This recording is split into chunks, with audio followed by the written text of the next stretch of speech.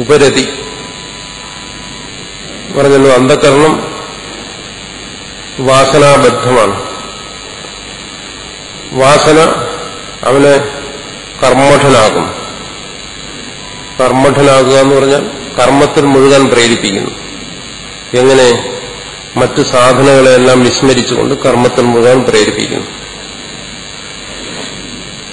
മറ്റു സാധനങ്ങളെല്ലാം വിസ്മരിച്ചുകൊണ്ടുള്ള ആ കർമ്മം, അതായത് കർമ്മയോഗമല്ല, അല്ലാതെയുള്ള കർമ്മം, ആ കർമ്മങ്ങളിൽ നിന്നുള്ള പിന്തിരിയലാണ് ഉപരതി എന്ന് പറയുന്നത്. വാസനാപ്രേരിതമായി അവൻ ഏത് കർമ്മമണ്ഡലത്തിലേക്കും എടുത്തു ചാടും. കർമ്മത്തെ ദോഷമെന്നല്ല പറയുന്നത്, ആ കർമ്മത്തോടുള്ള സമീപനത്തിലാണ് ദോഷം വരുന്നത്. അല്ലെങ്കിൽ കർമ്മം അനുഷ്ഠിക്കുന്ന രീതിയാണ് സാധകന് ദോഷമായി വരുന്നത്. കർമ്മയോഗം ശാസ്ത്രം സമ്മതിച്ചിട്ടുള്ള കാര്യമാണ്. പക്ഷെ വൈദിക കർമ്മങ്ങൾ, കാമനയോടുകൂടി ചെയ്യുന്ന കർമ്മങ്ങൾ, നിഷിദ്ധ കർമ്മങ്ങൾ, ഇതിലെല്ലാം ഉള്ള വാസന ഉള്ളിലിരിപ്പുണ്ട്. ഈ വാസനകൾ ഈ കർമ്മങ്ങളിലെല്ലാം പ്രേരിപ്പിച്ചുകൊണ്ടേയിരിക്കും. നിഷിദ്ധമായ കർമ്മങ്ങളെ ആദ്യമേ ഉപേക്ഷിക്കുക, കാമനാപൂർവമായുള്ള കർമ്മങ്ങളെ രണ്ടാമത് ഉപേക്ഷിക്കുക, എന്നിട്ട് അനിവാര്യമായ കർമ്മങ്ങളിൽ മാത്രം പ്രവർത്തിക്കുക. ഇതാണ് കർമ്മത്യാഗത്തിന്റെ തുടക്കം. നമുക്ക് ഒഴിവാക്കാൻ വയ്യാത്ത ചില കർമ്മങ്ങളുണ്ട്. ചില നമ്മൾ ബലമായി ഒഴിവാക്കേണ്ടി വരും. ബലമായി ഒഴിവാക്കിയാലും ഒഴിവാക്കാൻ വയ്യാത്ത അതുണ്ട്. ഇന്ന് കർമ്മത്തെക്കുറിച്ച് നമ്മളിവിടെ ചർച്ച ചെയ്യുമ്പോൾ പറയും, കർമ്മത്തിനെ സംബന്ധിച്ചിടത്തോളം അത് ജീവന് അതിൽ കുറച്ച് സ്വാതന്ത്ര്യമുണ്ട്. ഒരു കർമ്മത്തെ നമുക്ക് ചെയ്യുകയോ ചെയ്യാതിരിക്കുകയോ ചെയ്യാം. പക്ഷെ എല്ലാ കർമ്മങ്ങളെയും ചെയ്യുകയോ ചെയ്യാതിരിക്കുകയോ ചെയ്യാൻ പറ്റത്തില്ല. ചെയ്യാൻ ഒഴിവാക്കാൻ പറ്റിയ കർമ്മങ്ങൾ നമുക്ക് കുറേയുണ്ട്. അതിനെ ഒഴിവാക്കാനുള്ള സ്വാതന്ത്ര്യം, ഇച്ഛാശക്തി, അത് മനുഷ്യന് ദൈവം കൊടുത്തിട്ടുണ്ട്. അപ്പൊ ആ ഇച്ഛാശക്തി ഉപയോഗിച്ച് വിരുദ്ധങ്ങളായ കർമ്മങ്ങളെ തിരിച്ചറിഞ്ഞ്, എന്തിനു വിരുദ്ധമായിരിക്കുന്ന ആത്മീയ സാധന, ആ കർമ്മങ്ങളെ തിരിച്ചറിഞ്ഞ് ഒഴിവാക്കുക.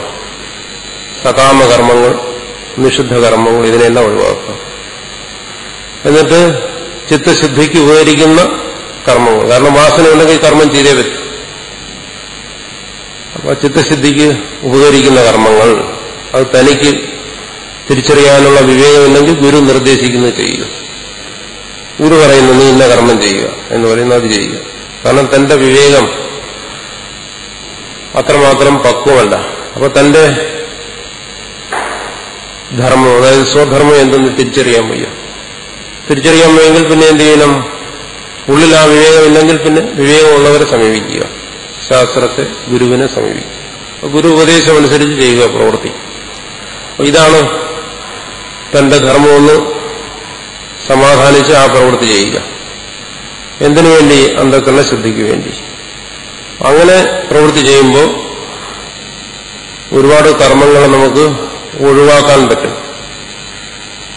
അതാണ് ഉപരതി എന്ന് പറയുന്നത്. അല്ല പെട്ടെന്ന് കർമ്മത്യാഗം വേണം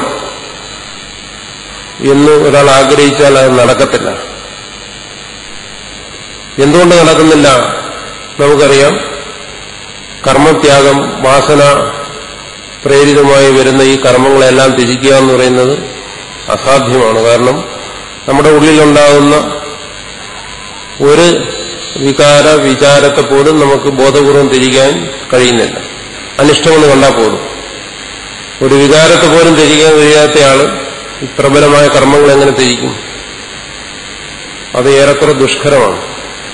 അതുപോലെ ഗുരു നിർദ്ദേശിക്കുന്ന കർമ്മമണ്ഡലത്തിൽ പ്രവർത്തിക്കുക, അല്ലെങ്കിൽ സ്വന്തം വിവേകം അതിന് പരുവത്വമാണെങ്കിൽ ആ വിവേകം അനുസരിച്ച് ഗുരു ശാസ്ത്രത്തിന്റെ സഹായത്തോടുകൂടി തന്റെ കർമ്മമാർഗം തിരിച്ചറിഞ്ഞ് അതിൽ പ്രവർത്തിക്കുക. ഒരു സാധകന്, ഒരമ്മ എങ്ങനെയാണോ തന്റെ കുഞ്ഞിനെ തിരിച്ചറിയുന്നത്, വേറെ ആരും പറഞ്ഞു കൊടുക്കേണ്ട കാര്യമില്ല, അതുപോലെ ഒരു സാധകന് തന്റെ കർമ്മത്തെ തിരിച്ചറിയാമെന്നാണ് ശാസ്ത്രത്തിൽ പറയുന്നത്. തിരിച്ചറിയാനുള്ള വിവേകം അയാൾക്കുണ്ടാകുമെന്നാണ്. അത് സ്വധർമ്മം എന്ന് പറഞ്ഞ് അതിനെ സ്വീകരിക്കുക, ബാക്കിയുള്ളതെല്ലാം ഉപേക്ഷിക്കുക. അതാണ് ഉപരതി. എന്നാണ്. ഉപരതിക്ക് സന്യാസം എന്നും അർത്ഥമുണ്ട്. ഇത് തന്നെ സന്യാസം എന്ന് പറയുന്നത് ഇത് തന്നെ.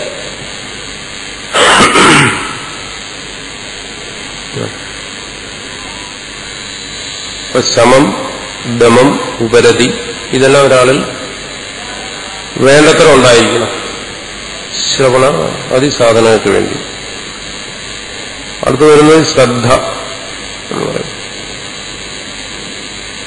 ശ്രദ്ധ എന്ന് പറഞ്ഞാൽ അതിന്റെ അർത്ഥം വിശ്വാസം എന്നാണ്. ശ്രദ്ധയുടെ അർത്ഥം വിശ്വാസം, അതാണ് ശ്രദ്ധയുടെ അർത്ഥം. ഇവിടെ എന്തിൽ വിശ്വാസം വേണം? ആദ്യം വേണ്ട തന്നിൽ തന്നെ വിശ്വാസം വേണ്ട. അറിയില്ലേ? തന്നിൽ വിശ്വാസം വേണം ആദ്യം. തന്നിൽ വിശ്വാസമുള്ളവനെ ബാക്കി എല്ലാത്തിനും വിശ്വാസം വരത്തുള്ളൂ. തന്നിലുള്ള വിശ്വാസം എന്ന് പറയുന്നത് അഹന്തയല്ല.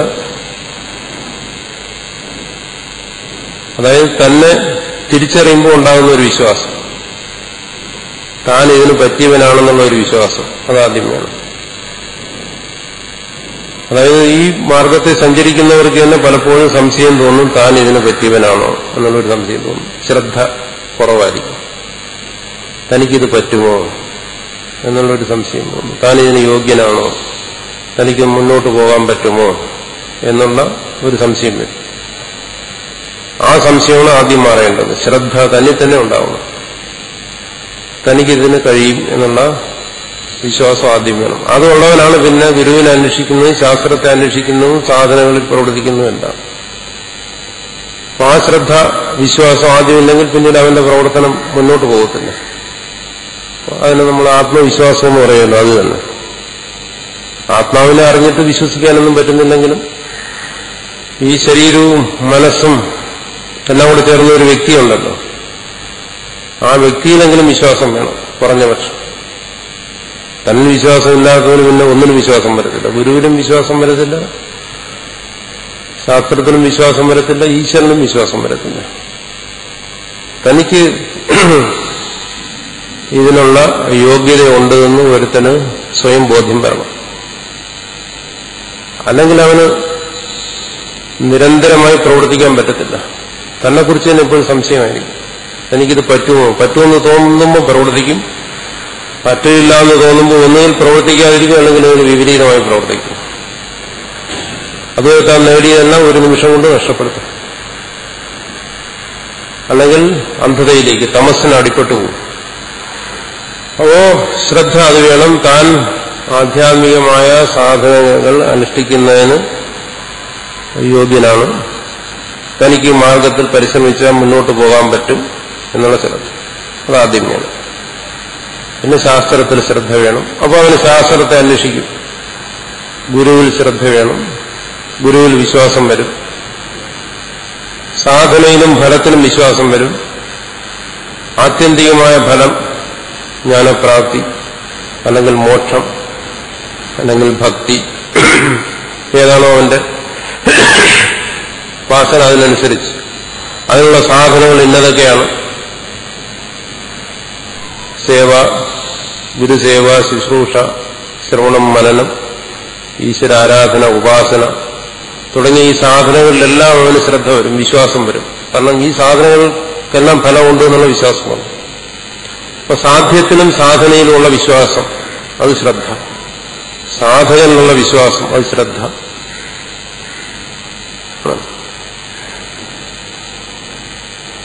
തന്റെ സാധനയുടെ ഭാഗമായിട്ടാണ് വരുന്നത് ഗുരുവും ശാസ്ത്രവുമെല്ലാം.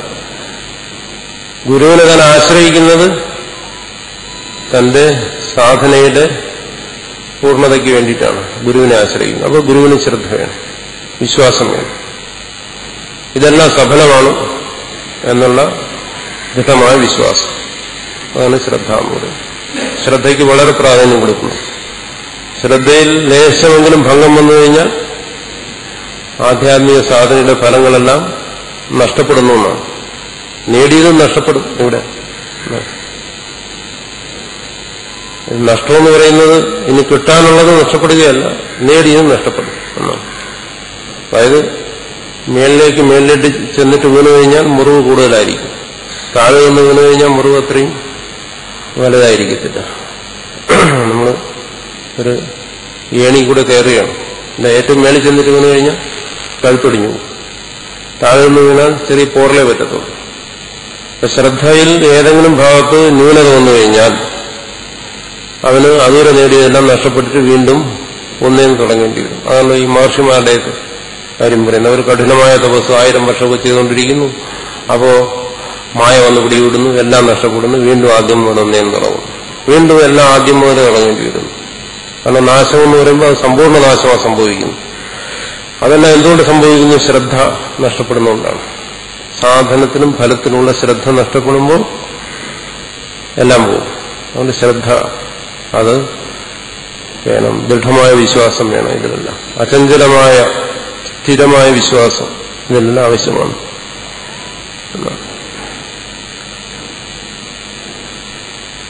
ഈ സാധനങ്ങളുടെ ഏറ്റക്കുറച്ചിലനുസരിച്ച് മുഖ്യ സാധനയുടെ ഫലം വരുന്നു. ശ്രവണം വന്ന് നിധ്യാസനം. ഇത് ജ്ഞാനത്തിന് വേണ്ടി മാത്രമല്ല, യോഗത്തിനും ഭക്തിക്കുമെല്ലാം ഈ സാധനങ്ങളെല്ലാം വേണം. അതുകൊണ്ട് ആചാര്യസ്വാമികൾ തന്നെ പറയും, ഈ സാധനകളിലൊന്നും വ്യത്യാസമില്ല. നമ്മൾ ഈ അഭിപ്രായ വ്യത്യാസങ്ങളൊക്കെ വരുന്നത് എന്താണ്? ഭക്തിയാണോ മോക്ഷം തരുന്നത്, അതോ ജ്ഞാനമാണോ? ഇതിലൊക്കെ വ്യത്യാസം വരുന്നു. അദ്വൈതി എന്ന് പറയും സാധനങ്ങളിൽ യാതൊരു വ്യത്യാസമില്ല. യമ നിയമ ആസന പ്രാണായാമ പ്രത്യാഹാര ധാരണ ധ്യാന എന്നെല്ലാം യോഗശാസ്ത്രത്തിൽ പറയുന്നത് എല്ലാം ഞങ്ങൾക്ക് അദ്വൈതികൾക്ക് സമ്മതമാണെന്ന് ആചാര്യസ്വാമികൾ ഈ ബ്രഹ്മസൂത്രത്തിൽ തന്നെ പറയും. കാരണം ഇതെല്ലാം സാധനാരൂപത്തിലെല്ലാം ഒന്നും തന്നെ, അതിന് വ്യത്യാസമില്ല സാധന എന്നുള്ള നിലയ്ക്ക്. അതുകൊണ്ട് ഏത് ഭക്തനായാലും ശരി, ജ്ഞാനിയായാലും ശരി, യോഗിയായാലും ശരി, ആരായാലും ശരി, അവർക്ക് ഈ പറയുന്ന സാധനങ്ങൾ ആരായാലും സ്വീകരിച്ചേ പറ്റൂ. സാധകന്മാരെ സംബന്ധിച്ചിടത്തോളം കൂടെ മാർഗത്തിലും വ്യത്യാസമില്ല. മാർഗം എന്ന് പറയുന്ന സാധനയാണ്. അപ്പോൾ സാധനയിൽ വ്യത്യാസമില്ല. പിന്നെ സാധ്യത്തിൽ ലക്ഷ്യത്തിൽ വ്യത്യാസമില്ല എന്നുള്ളത് നേരത്തെ തന്നെ സർവ്വസമ്മതമാണ്. അതിന് സാധകന്മാരെ സംബന്ധിച്ചിടത്തോളം ഒരിടത്തും വ്യത്യാസമില്ല. ഏത് മാർഗത്തിൽ സഞ്ചരിച്ചാലും സാധനം ഒന്ന് തന്നെ. ഇതെല്ലാവർക്കും വേണം. സമധമാദികൾ എല്ലാവർക്കും വേണം എന്നർത്ഥം.